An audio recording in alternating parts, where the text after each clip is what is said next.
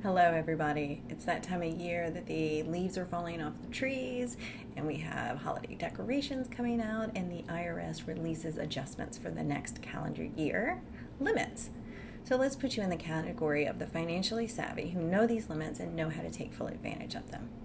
The first one, it's probably the biggest one, is an increase in 401k contributions. So 401k, 403b, and many 457 plans. Now the limit is $22,500 for the calendar year. And if you're over age 50, you can save an additional $7,500. This means if you are over age 50, that's a total of $30,000 that you can get into that retirement plan overall. And you want to think about, okay, well, what else can I save? Well, you can save into an after-tax account if you have that with the company plan, but you can have your contributions with your company and your employee exceed $66,000.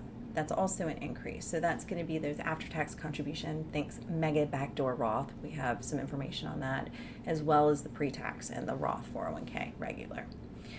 Next, we want to talk about limits for IRAs. So they didn't increase much, but $6,500. Catch-up stayed the same at $1,000.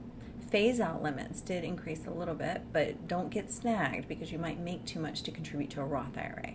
And if that's the case, don't worry, we got you covered. You can do a backdoor Roth IRA strategy. So we have some good information on that.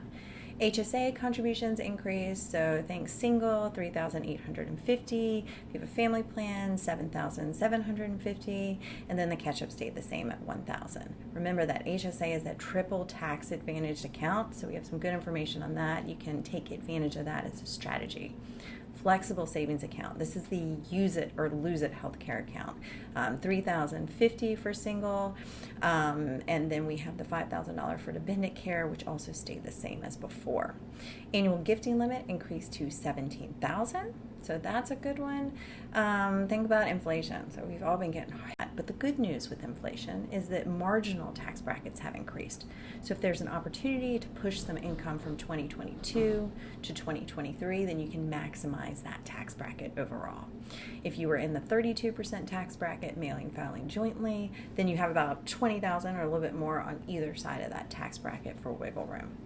Back to inflation, the wage base increased to $160,200 for that 6.2% that is taxed. So that might hit you a little bit harder next year if your income's higher. Overall, just make sure that you think about every year end, do your decorating, whatever time you want, and then also make sure that you adjust for the next year's limits.